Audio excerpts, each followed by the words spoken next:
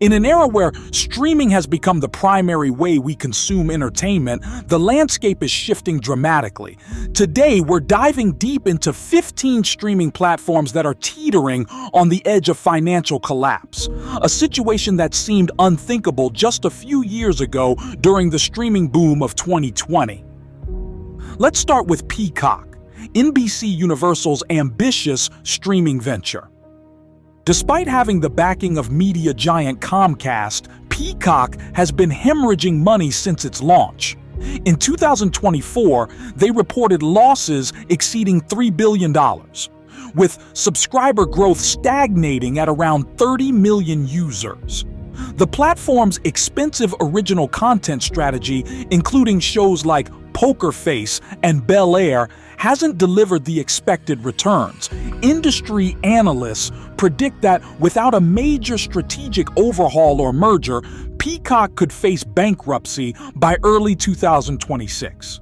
Next up is Paramount Plus, which has been struggling to compete with bigger players like Netflix and Disney Plus. Despite having valuable IP from CBS, MTV, and Paramount Pictures, the platform lost $1.8 billion in 2024.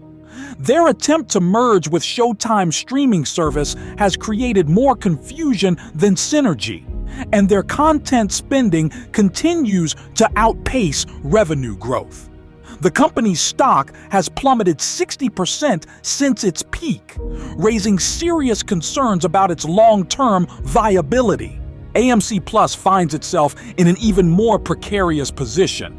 After the end of their flagship shows The Walking Dead and Better Call Saul, they've struggled to maintain subscriber interest. Their niche horror streaming service, Shudder, while beloved by fans, isn't generating enough revenue to offset the massive content costs. AMC Networks has already laid off 20% of its U.S. workforce and is actively seeking buyers for its streaming assets. Discovery Plus is another platform facing serious challenges. Despite the Warner Bros. Discovery merger, the platform has failed to find its footing. Their reality TV-heavy content library, while cheaper to produce than scripted content, isn't attracting enough subscribers to justify the operational costs. The company's decision to integrate with HBO Max has led to technical issues and customer confusion, further eroding their market position. Apple TV Plus, while backed by the world's most valuable company, has been a money pit for Apple. They've spent billions on high-profile shows like The Morning Show and Ted Lasso, but their subscriber base remains relatively small compared to competitors. While Apple can afford the losses, internal documents suggest the platform needs to triple its subscriber count by 2026 to become sustainable. Moving to international markets, Britain's BritBox, a joint venture between BBC and ITV, is struggling to expand beyond its core Anglophile audience.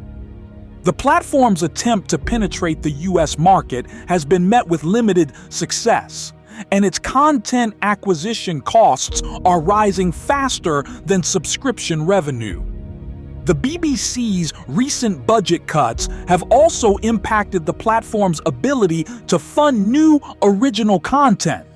Crunchyroll, the anime-focused streaming service owned by Sony, is facing increasing competition from Netflix and Disney Plus in the anime space.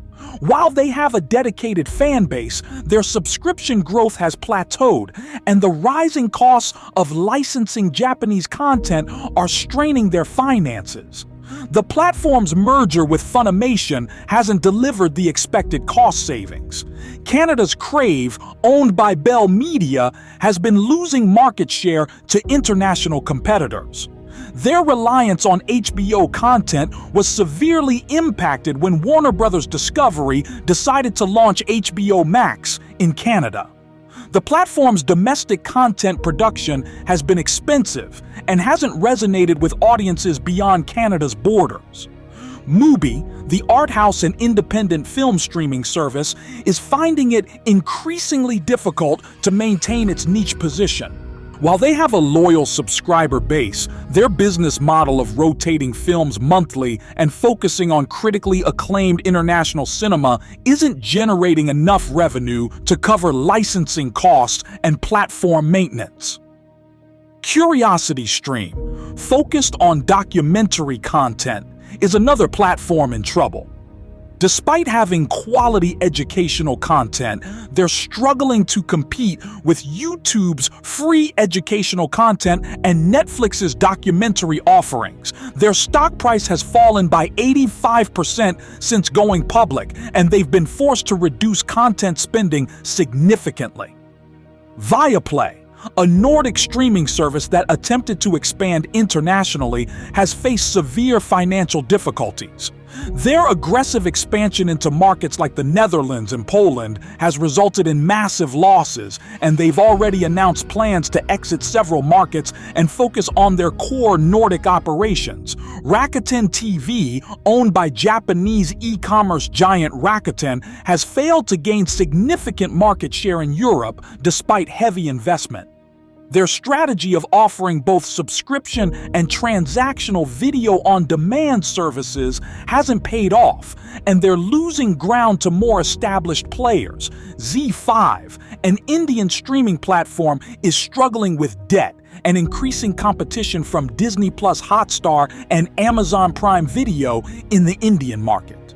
Their planned merger with Sony's Indian operations has been delayed, putting further pressure on their finances. Stan, an Australian streaming service owned by Nine Entertainment, is finding it increasingly difficult to compete with global platforms. Their content costs have risen dramatically, and they're losing valuable licensing deals to international competitors expanding into the Australian market.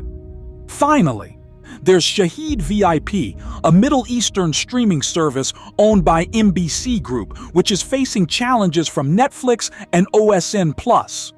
Despite having strong regional content, they're struggling to justify the high costs of producing original Arabic content while competing with global platforms' localized offerings. The common thread among these struggling platforms is clear. The streaming market has become oversaturated, and content costs have spiraled out of control. The initial strategy of spending heavily on content to attract subscribers has proven unsustainable for many players. We're likely entering a period of significant consolidation in the streaming industry, where smaller platforms will either need to merge, find niche audiences, or face bankruptcy.